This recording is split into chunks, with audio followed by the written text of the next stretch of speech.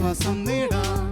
ഹൃത്തിനുള്ളിൽ ജീവൻ നൽകും വചനം, തിരുവചനം. പിതാവിൻ്റെയും പുത്രൻ്റെയും പരിശുദ്ധാത്മാവിൻ്റെയും നാമത്തിൽ ആമേൻ. ഓ ദൈവമേ, നിൻ്റെ മുൻപിൽ നിന്ന് അങ്ങനെ തള്ളിക്കളയരുതേ എന്നാണ് എൻ്റെ എളിമ നിറഞ്ഞ പ്രാർത്ഥന. വിശുദ്ധ അഗസ്തീനോസും അമ്മ ത്രേസ്യയും ഒക്കെ പ്രാർത്ഥിച്ചതുപോലെ ദൈവത്തിന് സ്വീകാര്യമായത് ചെയ്യാൻ ഇപ്പോൾ ഈ വചനം കേൾക്കുന്ന ഞങ്ങളെ ഓരോരുത്തരെയും സഹായിക്കണമേ. അങ്ങ് ഞങ്ങളെ തിരസ്കരിക്കുന്നത് കാണാൻ ഞങ്ങൾക്ക് ഇടവരുത്തുമാറാകരുതേ. ദൈവപ്രീതിക്ക് പാത്രീഭൂതരായി തീരാൻ ഈ വചനധ്യാനം ഞങ്ങളെ സഹായിക്കണമേ. പരിശുദ്ധ അമ്മേ, സകല വൃന്ദമാലാഖമാരെ ഞങ്ങൾക്ക് വേണ്ടി മാധ്യസ്ഥം അപേക്ഷിക്കണമേ. പിതാവിൻ്റെയും പുത്രൻ്റെയും പരിശുദ്ധാത്മാവിൻ്റെയും നാമത്തിൽ ആമേൻ. സാമുവേലിൻ്റെ 1-ാം പുസ്തകം 13-ാം അധ്യായം 8 മുതലുള്ള തിരുവചനങ്ങൾ. സൗൽ സാമുവേലിൻ്റെ നിർദ്ദേശമനുസരിച്ച് 7 ദിവസം അവനു വേണ്ടി കാത്തിരുന്നു. എന്നാൽ അവൻ ഗിൽഗാലിൽ വന്നില്ല. അതിനാൽ ജനം സാവൂളിനെ വിട്ടുപിരിയാൻ തുടങ്ങി. സാവൂൾ പറഞ്ഞു, ദഹനബലിക്കും സമാധാന ബലിക്കുമുള്ള വസ്തുക്കൾ എൻ്റെ അടുത്ത് കൊണ്ടുവരുവിൻ. എന്നിട്ട് അവൻ തന്നെ ദഹനബലി അർപ്പിച്ചു. ദഹനബലി അർപ്പിച്ചു കഴിഞ്ഞപ്പോൾ സാമുവേൽ വന്നെത്തി. അവനെ അഭിവാദനം ചെയ്ത് സ്വീകരിക്കാൻ സാവൂൾ പുറത്തേക്ക് ചെന്നു. നീ എന്താണ് ചെയ്തത്? സാമുവേൽ ചോദിച്ചു. സാവൂൾ പറഞ്ഞു, ജനങ്ങൾ എന്നെ വിട്ട് ചിതറിപ്പോകുന്നതും നിശ്ചിത ദിവസമായിട്ടും അങ്ങ് വരാതിരുന്നതും ഫിലിസ്ത്യർ മിക്മാഷിൽ ഒരുമിച്ച് കൂടുന്നതും ഞാൻ കണ്ടു. ഗിൽഗാലിൽ വെച്ച് ഫിലിസ്ത്യർ എന്നെ ആക്രമിക്കുന്നുവെന്നും കർത്താവിൻ്റെ സഹായം ഞാൻ അപേക്ഷിച്ചിട്ടില്ലല്ലോ എന്നും ഞാൻ ഓർത്തു. അതിനാൽ ദഹനബലിയർപ്പിക്കാൻ ഞാൻ നിർബന്ധിതനായി. സാമുവേൽ പറഞ്ഞു, നീ വിഡ്ഢിത്തമാണ് ചെയ്തത്. നിന്റെ ദൈവമായ കർത്താവിൻ്റെ കൽപ്പന നീ അനുസരിച്ചില്ല. അനുസരിച്ചിരുന്നെങ്കിൽ അവിടുന്ന് നിന്റെ രാജ്യത്തും ഇസ്രായേലിൽ എന്നേക്കുമായി സ്ഥിരപ്പെടുത്തുമായിരുന്നു. മിശിഹായിൽ ഏറ്റവും സ്നേഹം നിറഞ്ഞവരെ, സാവൂൾ എന്ന് പറയുന്ന ഒരു രാജാവിൻ്റെ പതനത്തെക്കുറിച്ചാണ് സാമുവേലിൻ്റെ 1-ാം പുസ്തകം 13-ാം അധ്യായം 8 മുതലുള്ള തിരുവചനങ്ങൾ പറയുന്നത്. ഒരു മനുഷ്യൻ എങ്ങനെയാണ് തകർന്നു പോകുന്നത് എന്നതിനൊരു നല്ല ഉദാഹരണമാണ് ഈ പറയുന്ന സാവൂളിൻ്റെ ജീവിതം. ഒത്തിരി കഴിവുണ്ടായിരുന്ന, ഒത്തിരി പ്രാഗൽഭ്യം ഉണ്ടായിരുന്ന, ഒത്തിരി പ്രശസ്തി ഉണ്ടായിരുന്ന, ഒത്തിരിയേറെ ഉന്നതിയിൽ നിന്ന് ദൈവത്തിൻ്റെ പാത്രീഭൂതനായി തീർന്ന, ദൈവത്തിൻ്റെ പ്രിയപ്പെട്ടവനായി തീർന്ന വ്യക്തിയായിരുന്നു സാവൂൾ. എന്നിട്ട് എന്തുകൊണ്ട് അവൻ തോറ്റ് അവൻ്റെ ജീവിതം നാശത്തിലേക്ക് പോയി എന്നതിനെക്കുറിച്ചാണ് ഈ സാമുവേലിൻ്റെ പുസ്തകത്തിൽ ഇത് വ്യാഖ്യാനിച്ചുകൊണ്ടിരിക്കുന്നത്. ഇനിയൊരു തിരുവചനം കേൾക്കാൻ നിൽക്കുന്നവരുടെ ജീവിതത്തിലെ ഏറ്റവും വലിയ ആഗ്രഹം എന്താണെന്ന് ചോദിച്ചാൽ തോൽവിയില്ലാതെ ജയത്തോടുകൂടെ മുന്നേറണം എന്നുള്ളതാണ്. ദൈവത്തെക്കുറിച്ച് പറയുന്ന നല്ല വാചകം അവിടുന്ന് നിന്റെ ജീവിതത്തിൽ വിജയം നൽകുന്ന കർത്താവാണ് എന്നാണ്. എങ്ങനെയാണ് ഒരുവന് വിജയം ലഭിക്കുന്നത്, ഒരുവൻ എങ്ങനെയാണ് തോൽവി സംഭവിക്കുന്നത് എന്നതിനെക്കുറിച്ച് പഠിപ്പിക്കുന്ന ആധികാരിക ഗ്രന്ഥമാണ് ബൈബിള്. ദൈവം വിജയം നൽകുന്നതിനെക്കുറിച്ചുള്ള സംഭവങ്ങൾ, കാര്യങ്ങളൊക്കെ നമുക്ക് കൃത്യമായിട്ട് അറിയാം.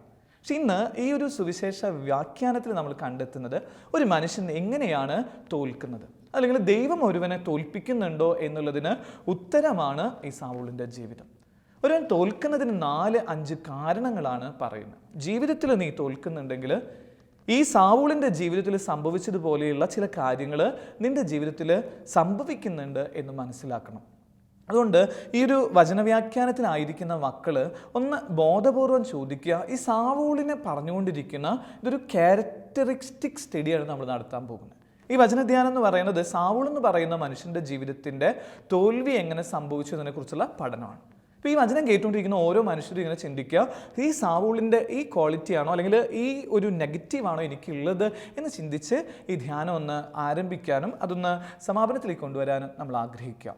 അപ്പം എന്തുകൊണ്ടാണ് സാവൂൾ തിരസ്കൃതനാകുന്നതെന്ന് ചോദിക്കുമ്പോൾ അതിന് ആദ്യത്തെ ഉത്തരമായിട്ട് ബൈബിള് പഠിപ്പിക്കുന്നത് സാവൂൾ എന്ന് പറയുന്ന മനുഷ്യൻ അഹങ്കാരത്തിൻ്റെ കൂടായിരുന്നു എന്ന് തിരുവചനം പറയാം. അഹങ്കാരികളെ ദൈവം ചിതറിച്ച് കളയും എന്നതാണ് ദൈവവചനത്തിൻ്റെ ഒരു വലിയ വെളിപ്പെടുത്തൽ. അതുകൊണ്ടാണ് ഈ പരിശുദ്ധ മറിയം പോലും പറയുന്നത് ഉന്നതങ്ങളിൽ നിന്നുള്ളവരെ ചിതറിച്ച് കളയുന്ന ഒരു ദൈവം. ആരൊക്കെ അഹങ്കാരത്തോടു കൂടെ വ്യാപരിക്കുന്നോ അവരെയൊക്കെ ഇങ്ങനെ തട്ടിക്കളയുന്ന ദൈവത്തിൻ്റെ ചിത്രം വെച്ചിട്ടാണ് പറയുന്നത്. സൗളിനെ കുറിച്ച് അവൻ്റെ നാട്ടുകാർ പറയുന്നത് ഇത്രയും അഹങ്കാരിയായ ഒരു രാജാവ് ലോകത്തിലുണ്ടായിരുന്നില്ല എന്ന് പറയുന്നത്. അവൻ്റെ കഴിവിലും അവൻ്റെ പ്രശസ്തിയിലും ഇങ്ങനെ അവനാണ് വലുതെന്ന് പറഞ്ഞ് ജീവിച്ചതിൻ്റെ പേരിലാണ് സാവൂളിൻ്റെ ജീവിതത്തിൽ ദുരന്തങ്ങൾ ആരംഭിക്കുന്നത്. നീ ഒരു അഹങ്കാരിയാണോ എന്ന് വെറുതെ ഒന്ന് ചോദിക്കുക. നീ എടുക്കുന്ന ഡിസിഷൻസ് നിന്റെ മാത്രമാണെങ്കിൽ തിരിച്ചറിഞ്ഞോ, സാവൂളിന് സംഭവിച്ചതുപോലെയുള്ള പരാജയത്തിൻ്റെ ആദ്യത്തെ ചവിട്ടുപടിയിൽ പ്രിയ സ്നേഹിത നമ്മൾ കയറിക്കഴിഞ്ഞു. ഇങ്ങനെ ഇവൻ അഹങ്കാരിയാണെന്ന് കണ്ടെത്തുന്നത് തിരുവചനം പറയുന്നത് ഇങ്ങനെയാണ്. സാമുവേലിൻ്റെ പുസ്തകം 1 സാമുവേൽ 13 അധ്യായം 11 തിരുവചനം പറയാണ്. സാമുവേൽ സാവൂളിനോട് പറയാ, സാവൂളെ നീ എന്താ ചെയ്തേ? ഏറ്റവും പ്രധാനപ്പെട്ട യാഗം നടത്തേണ്ടത് സാമുവേലാണ്. അതിന് ദൈവം തിരഞ്ഞെടുത്തിട്ടുള്ളത് സാമുവേലിനെയാണ്. പക്ഷേ ഈ സാമുവേൽ വരുന്നത് കുറച്ചു നേരം കാത്തിരിക്കാതെ സാവൂൾ തന്നെ ഒരു യാഗബലി സംഘടിപ്പിക്കുക. മറ്റുള്ളവരുടെ പ്രീതി ലഭിക്കാൻ വേണ്ടി, മറ്റുള്ളവരുടെ മുൻപിൽ വലിയ ആളാവാൻ വേണ്ടിയിട്ട് സാവൂൾ ചെയ്യുന്നത് അവൻ തന്നെ ഒരു ബലിയായി തീരുന്ന രീതിയിൽ, അവൻ തന്നെ ഒരു ബലിയർപ്പിക്കുന്ന രീതിയിൽ ഒരു വലിയ പുരോഹിതനെ പോലെ അവനിങ്ങനെ വ്യാപരിച്ചെന്ന് പറയാം. കുറച്ചു നേരം കാത്തിരിക്കാനും അതല്ലെങ്കിൽ ഈ പറയുന്ന സാമുവേലിന് വേണ്ടിയിട്ട് സാമുവേലിനെ വലുതായി ചിന്തിക്കാനോ പറ്റാതെ ഞാൻ വലുതാണെന്ന് ചിന്തിച്ച സാവൂളിനെ കുറിച്ചാണ് തിരുവചനം പറയുന്നത്. സാവൂളിൻ്റെ ജീവിതം ദൈവം തകർക്കാൻ തുടങ്ങി എന്ന് തിരുവചനം പറയാം.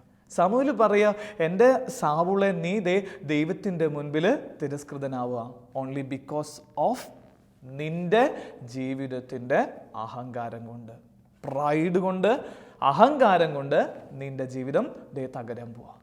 എന്തുകൊണ്ടാണ് മാലാഖമാർക്കൊരു ശാപം കിട്ടിയേ? എങ്ങനെയാണ് ദൂതന്മാർ മാറിയിട്ട് പിശാചുക്കൾ രൂപപ്പെട്ടതെന്ന് ചോദിക്കുമ്പോൾ നമ്മുടെ മുതിർന്നവർ പഠിപ്പിച്ചത് എന്താ? അത് അഹങ്കാരികളായ മാലാഖമാരെ ദൈവം ഇങ്ങനെ അവിടെ നിന്ന് സ്വർഗത്തിൽ നിന്ന് പറഞ്ഞു വിട്ടു എന്ന് പറയാം. ഈ ഒരു വചനം കേട്ടുകൊണ്ടിരിക്കണ നമ്മളൊന്ന് ബോധത്തോടെ ചിന്തിക്കേണ്ടത്, ഞാൻ ഇങ്ങനെ ഈ ഒരു അഹങ്കാരത്തിൻ്റെ കൂടായിട്ട് ജീവിക്കുന്നവരാണോ? നമ്മുടെ മുമ്പിൽ വന്ന് അച്ഛൻ ഒന്ന് ഇരിക്കുകയെന്ന് പറയുമ്പോൾ നീ എന്നെ ഇരുത്താൻ നോക്കണ്ട എന്ന് പറയുന്ന മനോഭാവത്തോടെ ജീവിക്കുന്നവർ തിരിച്ചറിഞ്ഞോ അഹങ്കാരത്തിൻ്റെ ആദ്യത്തെ രൂപങ്ങളാണ്. മറ്റുള്ളവരുടെ മുമ്പിലൊന്ന് എളിമപ്പെടാൻ പറ്റാതെ നമ്മുടെ പേര് മാത്രം ഇങ്ങനെ പറഞ്ഞുകൊണ്ടിരിക്കുന്ന അവസ്ഥയുണ്ടെങ്കിൽ സ്നേഹിതരെ സത്യമായിട്ടും നമ്മൾ ആരൊക്കെയാന്ന് ചിന്തിച്ചുകൊണ്ടിരിക്കുക. ഈ ദിവസങ്ങളൊരു വാട്സപ്പ് മെസ്സേജ് ഇങ്ങനെ പോയിക്കൊണ്ടിരിക്കുന്നത് അല്ലെങ്കിൽ വായിച്ചത് ഇങ്ങനെ ഓർക്കാം. അതിലിങ്ങനെ പറയണതാ, നീ അഹങ്കാരി ആവണ്ട. എന്നിട്ട് അതിനുള്ള കുറേ കാരണങ്ങൾ ഈ ഒരു വാട്സപ്പ് മെസ്സേജിൽ ഇങ്ങനെ കമ്മ്യൂണിക്കേറ്റ് ചെയ്തുകൊണ്ടിരിക്കുക. നീ ആഗ്രഹിച്ചതല്ല ഈ ലോകത്തിൽ വന്നത്, പിന്നെ നീ എന്തിനാ അഹങ്കരിക്കണേ? ആദ്യമായിട്ട് നിന്നെ മെനഞ്ഞത് അല്ലെങ്കിൽ ആദ്യമായിട്ട് നിനക്ക് വസ്ത്രം ധരിപ്പിച്ചത് നീയല്ല, അതാരൊക്കെയാ? ആദ്യമായിട്ട് ഭക്ഷണം നിനക്ക് തന്നത് നീയല്ല, അത് നീ കഴിച്ചതും നിന്റെ പവറല്ല. നീ മരിക്കുന്ന സമയത്ത് നിന്നെ അടക്കാൻ പോകുന്നതും നീയല്ല, അതാരൊക്കെയാ ചെയ്യുന്നത്? ഇപ്പോൾ ജനനം മുതൽ മരണം വരെ നിനക്ക് ഒരു റോളും ഇല്ല, പിന്നെ നീ എന്തിനാ ഇത്രയും അഹങ്കരിക്കണേ? അതുകൊണ്ട് നിനക്കൊന്ന് ചെറുതാവാൻ പറ്റുമോ ചോദിക്കുക. ഈ ഒരു വചനത്തിലൂടെ കടന്നു പോകുന്ന നമ്മളിങ്ങനെ ഈ ഒരു ഫാസ്റ്റ് ടെക്നോളജിയുടെ ഒക്കെ മേഖലയിൽ, വലിയ മേഖലയിൽ നിൽക്കുന്നവർ ഒന്ന് ആലോചിച്ച്, ഭയങ്കര തിരക്ക് പോകുന്നതിൻ്റെ ഇടയിലൊക്കെ ഇങ്ങനെ എൻ്റെ ഉള്ളിൽ ഞാനെന്ന് പറയണ കാര്യമാണോ? എൻ്റെ പേര് തന്നെയാണോ ഞാനിങ്ങനെ ഇടയ്ക്കിടയ്ക്ക് ഉച്ചരിച്ചുകൊണ്ടിരിക്കണേന്നൊന്ന് ചിന്തിക്കണം, നല്ലതാണ്. അപ്പോൾ ഈ സാവൂളിന് പറ്റിയ പരുക്ക് അവൻ അങ്ങനെ ആയതിൻ്റെ പേരിൽ അവൻ്റെ ജീവിതം തകർത്തു എന്നുള്ളതാണ്. യൂദാസിൻ്റെ ജീവിതം, പുതിയ നിയമത്തിലേക്ക് വന്ന യൂദാസിൻ്റെ ജീവിതം എക്സാക്റ്റ് കോപ്പിയാ, സാവൂളിൻ്റെ ജീവിതത്തിൻ്റെ എക്സാക്റ്റ് കോപ്പിയാ. രണ്ടുപേരും സംഭവിക്കുന്ന അവസാനം എന്താ പറയുക? രണ്ടുപേരും സൂയിസൈഡ് ചെയ്തു എന്നാണ് പറയണേ. അതായത് അഹങ്കാരികളാണ് സൂയിസൈഡ് ചെയ്യണമെന്ന തിരുവചനം പറയണേ. ഇവൻ പറയണ കാര്യം എന്താ? സാവൂളിൻ്റെ അവസാന ഭാഗം, ഈ ഒരു സുവിശേഷ സാമൂലിൻ്റെ പുസ്തകം അവസാനിക്കുന്നത് എന്ത് പറഞ്ഞിട്ടാണെന്നറിയോ? ഫിലിസ്തീര് ഈ പറയുന്ന ഇസ്രായേൽ ജനത്തെ തോൽപ്പിക്കാൻ വരിക. എല്ലാത്തിൻ്റെ മുമ്പിൽ ജയിച്ചിട്ടുണ്ടായിരുന്ന ഇസ്രായേൽക്കാരാ. പിന്നെ ഈ സാവൂളിൻ്റെ അഹങ്കാരം കാരണം ഫിലിസ്തീര് ഇവരെ നിസ്സംശയമായിട്ട് കൊന്ന് തകർത്ത് കളയാം. അവസാനം ലാസ്റ്റ് പോർഷനായിട്ട് നിൽക്കുന്നത് സാവൂളാണ്. സാവൂൾ ചെയ്യുന്നത് എന്താ? സാവൂൾ അനുചരന്മാരോട് പറയാം, നിങ്ങൾ എന്നെ ഒന്ന് കൊന്നു തരുമോ? അവർ പറഞ്ഞു, അഹങ്കാരിയായി നിന്നെ കൊല്ലാൻ ഞങ്ങൾക്ക് പറ്റില്ല, നീ തന്നെ മരിച്ചോ എന്ന് പറയാം. എന്നിട്ട് സാവൂൾ ചെയ്യുന്നത് എന്താ? സ്വയം കത്തിയുടെ മുകളിലേക്ക് വീണ് അവൻ്റെ ജീവിതം തീർക്കുക. അഹങ്കാരികളുടെ ജീവിതം ഇങ്ങനെ തകർന്നു പോകുന്നതിൻ്റെ കഥ പറഞ്ഞിട്ടാണ് ഈ സാവൂളിൻ്റെ ലൈഫ് അവസാനിപ്പിച്ചുകൊണ്ടിരിക്കുന്നത്. ഇന്നത്തെ ലോകത്തെക്കുറിച്ചൊക്കെയുള്ള ഒരു വലിയ പരാതി എന്ന് പറയുന്നത്, ലോകം ഇങ്ങനെ അഹങ്കാരത്തിൻ്റെ മേൽ ഞാൻ പണിത എൻ്റെ സിംഹാസനം, എൻ്റെ പ്രാഗൽഭ്യം, എൻ്റെ പ്രൗഢി എന്ന് പറഞ്ഞ് ഇങ്ങനെ നടക്കുമ്പോൾ കർത്താവ് ആഗ്രഹിക്കുന്നത് അതല്ല. കർത്താവ് ആഗ്രഹിക്കുന്നത് എളിമപ്പെടാൻ പഠിപ്പിക്കുന്ന ഒരു സുവിശേഷമാണെന്ന് ഇതിൻ്റെ ആദ്യത്തെ ഭാഗം ഇങ്ങനെ പറയാം. രണ്ടാമത്തെ തോൽവി ഈ സാവൂളിൻ്റെ ജീവിതത്തിൽ സംഭവിക്കുന്നത്, സാവൂള് അവൻ്റെ ജീവിതത്തിൽ നിന്ന് മറ്റുള്ളവരെല്ലാവരെയും അസൂയയോടുകൂടെ നോക്കിക്കാണുക.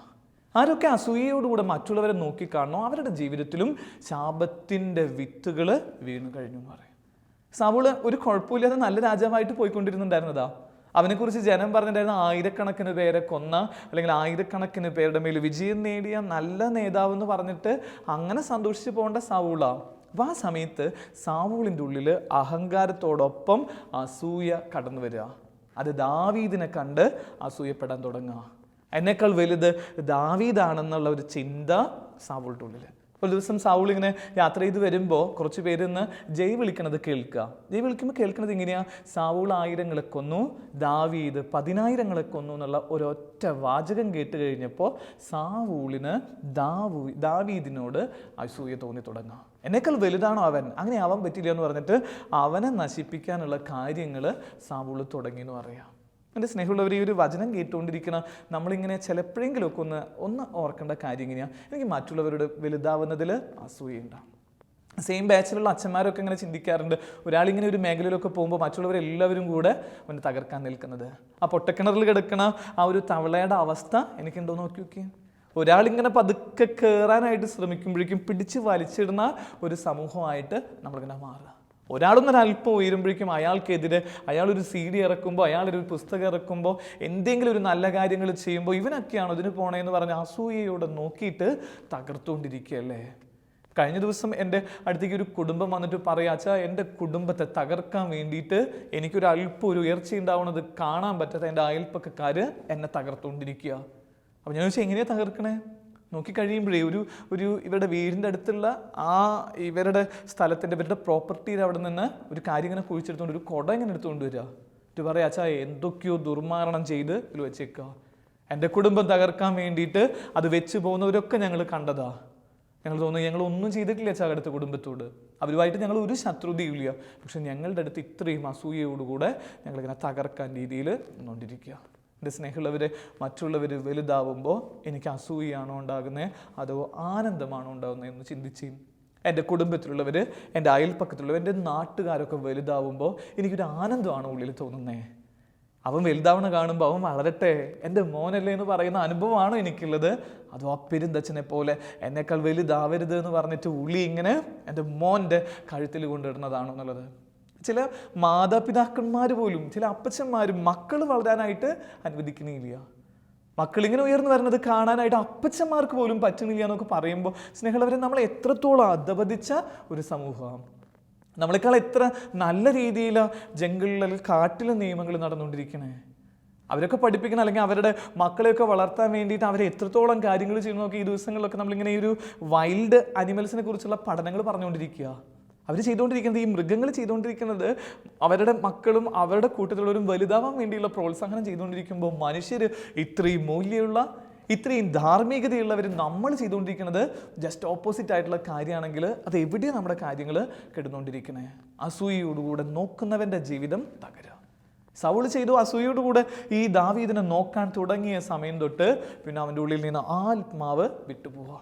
അതാണ് സംഭവിക്കുന്നത്. ഒരാൾ ഇങ്ങനെ ഒരു അസൂയയോടുകൂടെ ജീവിച്ചു തുടങ്ങുമ്പോൾ, മറ്റുള്ളവർ അസൂയയോടുകൂടി നോക്കി തുടങ്ങുമ്പോൾ, പിന്നെ അവൻ്റെ ഉള്ളിൽ നിന്ന് ആത്മാവ് ഇങ്ങനെ പതുക്കെ ഇങ്ങനെ പടിയിറങ്ങും.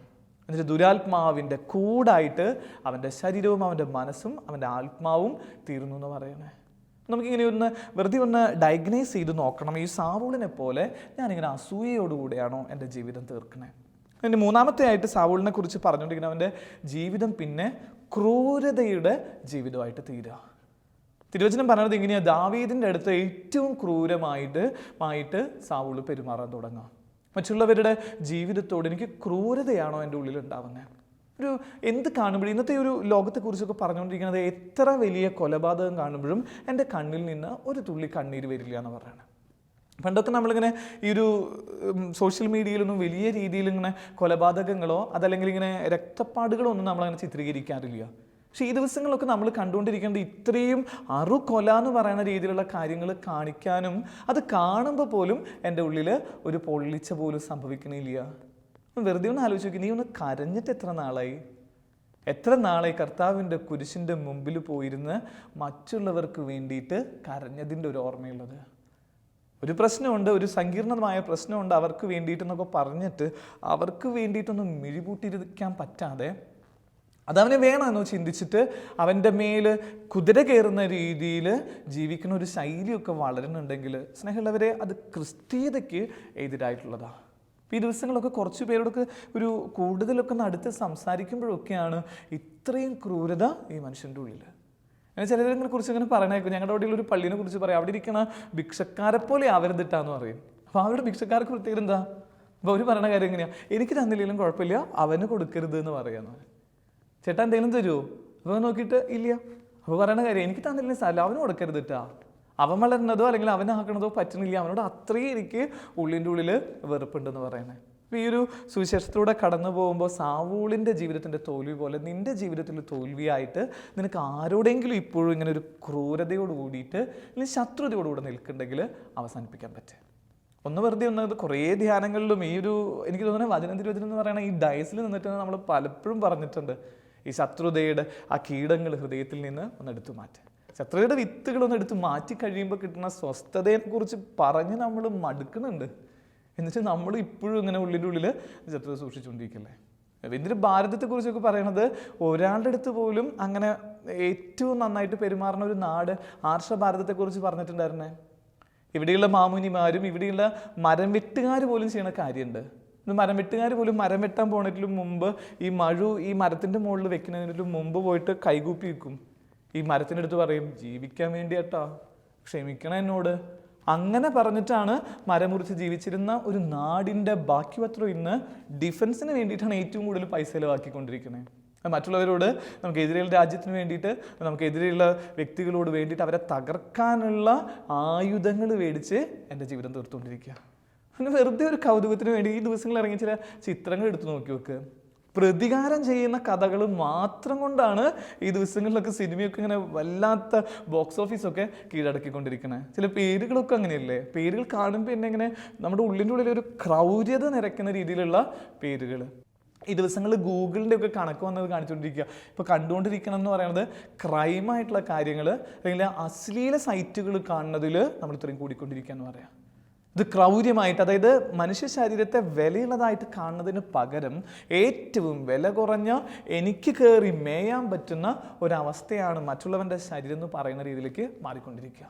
ഗൂഗിളിൻ്റെ കണക്ക് പറഞ്ഞുകൊണ്ടിരിക്കുന്നത് ഇങ്ങനെയാണ്, സ്ത്രീകൾ പ്രത്യേകിച്ച് പെൺകുട്ടികൾ ഈ മേഖലകളിൽ കൂടണമെന്ന് പറയുമ്പോൾ അത് എത്രത്തോളം അധപതനത്തിൻ്റെ സൂചനയാണ് നമുക്ക് നൽകിക്കൊണ്ടിരിക്കുന്നത്. ഇനിയാണെങ്കിൽ ഈ ഒരു തിരുവചനത്തിൽ ഈ സാവൂളിൻ്റെ ജീവിതം ഒന്ന് വെച്ച് നമ്മളൊന്ന് ഗൗരവത്തോടെ ഓർത്തുകൊണ്ടിരിക്കണം. ഞാനിങ്ങനെ മറ്റുള്ളവരുടെ മേൽ അവരെ വേദനിപ്പിക്കുന്ന രീതിയിൽ അവരോട് ശത്രുത കാണിക്കുന്ന ഒരവസ്ഥയാണോ എൻ്റെ ഉള്ളിലുള്ളത് എന്നത് എൻ്റെ ഒരു തോൽവിക്ക് കാരണമായെന്ന് പറയാം.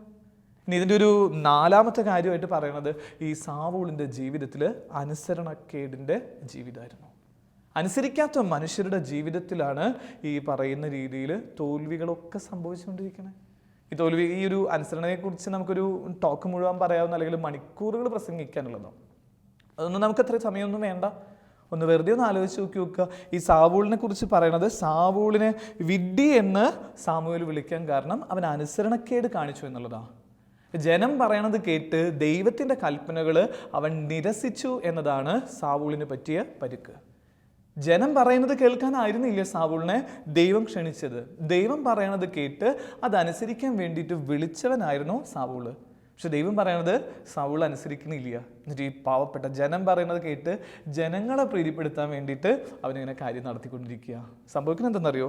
അതോടുകൂടിയിട്ട് സാവൂളിൻ്റെ ജീവിതം ഇങ്ങനെ തകർന്ന് തരിപ്പണമായി എന്ന് സുവിശേഷം പറയാം. നമ്മൾ തിരുവചനത്തിലും അല്ലെങ്കിൽ വിശുദ്ധരുടെ ജീവിതമൊക്കെ പരിശോധിക്കുമ്പോൾ കാണുന്നത് എന്താണെന്നറിയോ? ഈ വിശുദ്ധർ മുഴുവൻ ഇങ്ങനെ ഏറ്റവും നല്ല രീതിയിൽ അനുസരണയോടുകൂടെ വ്യാപരിച്ചതിൻ്റെ പേരിൽ അത്ഭുതങ്ങളാണ്. അനുസരിച്ചതായിരുന്നു അവരുടെ ജീവിതത്തിൻ്റെ ഏറ്റവും വലിയ പുണ്യം. നമ്മളിങ്ങനെ സാധാരണ പറയാറുണ്ട്, സെമിനാരികളിലും അല്ലെങ്കിൽ ആശ്രമങ്ങളിലും ഒക്കെ അവരുടെ ഈ പറയുന്ന മുതിർന്ന ആൾക്കാർ റക്ടച്ചനോ അല്ലെങ്കിൽ അവർ പറയണത് അത്രയും അനുസരിക്കുക. ഒരുപക്ഷെ ഒരു ചെടി നമുക്ക് തന്നിട്ട് അത് തിരിച്ചു കുഴിച്ചിടാനൊക്കെ അവൻ പറയണ്ടാവുക. തല താഴ്ത്തിക്കായിട്ടും വേര് മുകളിലേക്കൊക്കെ ആയിട്ട് അവൻ കുഴിച്ചിടാൻ പറയണ്ടാവുക. നമുക്കറിയാം ശരിക്കും വേര് താഴ്ത്തിക്കാൻ വരണ്ടേ, പക്ഷെ പഠിപ്പിക്കാൻ വേണ്ടിയിട്ട് പറയും നീ കൊണ്ടുപോയിട്ട് ഇത് കുഴിച്ചിട്. അത് നീ ചെയ്യാനുള്ള ഒരു മനസ്സ്, നിന്റെ റീസൺ മാറ്റി വെച്ചിട്ട് അനുസരിക്കാനായിട്ട് നിനക്ക് പറ്റുന്നുണ്ടോ എന്നുള്ളതാണ് ചോദ്യം. അതനുസരിക്കാനായിട്ട് നിനക്ക് പറ്റുമ്പോൾ ദൈവികമായ സന്തോഷം നീ അനുഭവിക്കും. ചില സ്ഥലങ്ങളിൽ റീസണൊക്കെ ഇത്രയ്ക്കല്ലേ ഉള്ളൂ. ഈ പറയുന്ന സാവൂൾ ചിന്തിച്ചതൊക്കെ റീസണാ, പീലാത്തോസ് ചിന്തിച്ചത് റീസണാ. പക്ഷേ ഈ റീസൺ വെച്ച് ചിന്തിച്ച, അല്ലെങ്കിൽ യുക്തി വെച്ച് ചിന്തിച്ച സാവൂളിലും പീലാത്തോസും പിന്നെ ആർക്കും വേണ്ടാത്ത കറിവേപ്പില പോലെ ആയിട്ട് ജീവിതം മാറി എന്ന് പറയണേ. പിന്നെ നമുക്കിങ്ങനെ ഒന്ന് കുറച്ചും കൂടിയൊക്കെ ഒരു അനുസരണയോടുകൂടെ ജീവിക്കുന്ന, പരസ്പരം ഒന്ന് മാനിക്കുന്ന ഒരു ജീവിതശൈലി തുടങ്ങുമ്പോഴാണ് നിന്നെക്കുറിച്ച് ലോകം പറയണേ നീ വിജയിയായിട്ട് തീരുന്നത്. എൻ്റെ അവസാനത്തെ ഭാഗം എങ്ങനെയാണ്? ഈ സാവൂളിന് പറ്റിയ ഒരു അവസാനത്തെ പരുക്കെന്ന് പറയുന്നത് അവൻ ആഭിചാരക്രിയകളിൽ പോയി പെടുക, ദുർമന്ത്രവാദത്തെ പിന്തുടർന്നു എന്ന് പറയണേ. ദൈവം വിളിച്ച് ദൈവം പറഞ്ഞതനുസരിച്ചിട്ടൊക്കെ യുദ്ധത്തിന് പോയ ദൈവത്തിൻ്റെ തെരഞ്ഞെടുക്കപ്പെട്ടവനായിരുന്ന സാവൂളിൻ്റെ അവസാന ഭാഗം ദൈവം എൻ്റെ പ്രാർത്ഥന കേൾക്കണില്ല എന്ന് പറഞ്ഞിട്ട് അവൻ ചെയ്യുന്നത് എന്താണെന്നറിയോ? ആഭിചാരക്രിയയ്ക്ക് വേണ്ടിയിട്ട് പോവുക, ദുർമന്ത്രവാദിയുടെ പിന്നാലെ പോവുക. ആ ദുർമന്ത്രവാദിയുടെ പിന്നാലെ പോയതുകൊണ്ടാണ് സാവൂളിൻ്റെ ജീവിതത്തിൽ ഇത്രയും തകർച്ച സംഭവിച്ചെന്ന് പറഞ്ഞുകൊണ്ടിരിക്കുന്നത്. ഈ ഒരു വചനം കേട്ടുകൊണ്ടിരിക്കുന്ന നമ്മൾ ഈ സമയത്തിൻ്റെ പരിധിയുടെ പേരിൽ അവസാനിപ്പിക്കാൻ ആഗ്രഹിക്കും. ഇങ്ങനെയാണ്, ഈ സാവൂളിനെ പോലെ നീ ഏതെങ്കിലും ദുർമന്ത്രവാദത്തിൻ്റെ പിന്നാലെ പോകുന്നുണ്ടോ? ഇപ്പോഴൊക്കെ ഈ ദിവസങ്ങൾ നമ്മൾ കേൾക്കണില്ലേ, ഫ്രീ മാസ് എന്നൊക്കെ പറഞ്ഞിട്ട്, അല്ലെങ്കിൽ ബ്ലാക്ക് മാസ് എന്നൊക്കെ പറഞ്ഞിട്ടൊക്കെ എന്തോരം കാര്യങ്ങളാണ് സംഭവിച്ചുകൊണ്ടിരിക്കുന്നത്. ക്രിസ്തുവിനെതിരായിട്ട് നിൽക്കുന്ന കുറേ പ്രബോധനങ്ങൾ, കുറേ വ്യാജ കൂടാരങ്ങൾ പ്രബലമായിക്കൊണ്ടിരിക്കുക. നോഹയുടെ പെട്ടകം പോലെയുള്ള പെട്ടകങ്ങൾ പല സ്ഥലങ്ങളിൽ കൊണ്ടുവന്നിട്ട് പറയും ഇതാ വലുത്, ഇത് അബദ്ധ പഠനങ്ങളാന്ന് പറഞ്ഞ് അത് തിരുത്താൻ ബാധ്യതയുള്ള നമ്മൾ പോലും ഇത്തരം കൂടാരങ്ങളിലാണ്. നമുക്ക് മാറണ്ടേ? ഇത്തരം ചില അവസ്ഥകളിൽ നിന്ന് എൻ്റെ ദൈവത്തിൽ നിന്നല്ലാതെ വേറെ ഒരിക്കലും എന്നെ തോൽപ്പിക്കാനോ ആർക്കും എന്നെ തോൽപ്പിക്കാനോ പറ്റില്ല എന്ന് ചിന്തിക്കാൻ പറ്റാത്ത ഓരോ വ്യക്തിയും ആഭിചാരത്തിൽ പെടുന്നതാണ്. ദൈവത്തെ അല്ലാതെ മറ്റേത് വസ്തുക്കളെ, വ്യക്തികളെ നിന്റെ മുൻപിൽ കൊണ്ടുവച്ചോ അതിനൊക്കെ ഒരിക്കലും അത് നന്മയായിട്ട് തീരില്ല. അവസാനം ഈ തോറ്റ് തുന്നം പാടുന്നത് കണ്ടെത്തിക്കൊണ്ടിരിക്കുക. സാവൂളിൻ്റെ ജീവിതം വച്ച് മാത്രം എടുത്താൽ മതി സ്നേഹമുള്ളവർ. ദൈവത്തിന് ഒന്നാം സ്ഥാനം കൊടുക്കാതെ സാവൂൾ ഇങ്ങനെ ദൈവത്തെ മാറ്റി നിർത്തിയിട്ട് പുതിയ പുതിയ ആൾക്കാരെ കൊണ്ടുവന്നിട്ട് പ്രവചിക്കാൻ കഴിവുള്ള മന്ത്രവാദികളെടുത്ത് സംസാരിക്കാൻ തുടങ്ങുക. അതോടെ തീർന്നു ഈ സാവൂളിൻ്റെ ജീവിതം. നമ്മളിങ്ങനെ ഈ ഒരു വചനം ഒന്ന് അവസാനിപ്പിക്കുന്ന എൻ്റെ സമയത്തിൻ്റെ പേര് നിർത്താൻ ആഗ്രഹിക്കുക. ഈ സാവൂളിന് പറ്റിയ പരുക്ക് എൻ്റെ ജീവിതത്തിലുണ്ടാകും. നമുക്കൊരു മിനിറ്റ് കണ്ണുകൾ അടച്ച് കരങ്ങൾ കൂപ്പാം. കർത്താവായ ദൈവമേ, തിരുവചനത്തിലൂടെ അവിടുന്ന് ശക്തമായി ഞങ്ങളെ ഓർമ്മിപ്പിക്കുന്ന കാര്യങ്ങൾ ഞങ്ങൾ അറിയുന്നു. സൗളിൻ്റെ ജീവിതത്തിൽ സംഭവിച്ചതുപോലെയുള്ള അഹങ്കാരത്തിൻ്റെ ദുർബോധം ഞങ്ങളിൽ ഉണ്ടാകുന്നുണ്ടെങ്കിൽ, ഞങ്ങളാണ് വലുതെന്ന ചിന്തയോടുകൂടെ ജീവിക്കുന്നുണ്ടെങ്കിൽ അതിൽ നിന്ന് ഞങ്ങളെ മാറ്റണമേ. മറ്റുള്ളവരെ ആദരിക്കാതെ അനുസരണക്കേടോടെ ജീവിക്കുന്നുണ്ടെങ്കിൽ അതിൽ നിന്ന് ഞങ്ങളെ വിടുവിച്ച് അനുഗ്രഹിക്കട്ടെ. ദൈവത്തിൽ ആശ്രയിക്കാതെ ആഭിചാരക്രിയകൾക്ക് വിധേയപ്പെട്ട സാവൂളിനെ പോലെ ഞങ്ങളുടെ ജീവിതത്തിൽ ഏതെങ്കിലും രീതിയിലുള്ള ജീവിത ശൈലികളുണ്ടെങ്കിൽ മാറ്റി ദൈവത്തിന് ഒന്നാം സ്ഥാനം നൽകുന്ന, ദൈവത്തെ പൂജിക്കുന്നവരാക്കി ഞങ്ങളെ മാറ്റട്ടെ. ഒന്നാം പ്രമാണ ലംഘനം സംഭവിച്ച മേഖലയിലുള്ള ഓരോ മക്കളെയും ഇന്ന് ഈ വചനധ്യാനത്തിലൂടെ വിശുദ്ധീകരിക്കുമാറാകട്ടെ, ഇപ്പോഴും എപ്പോഴും എന്നേക്കും. ആമേൻ.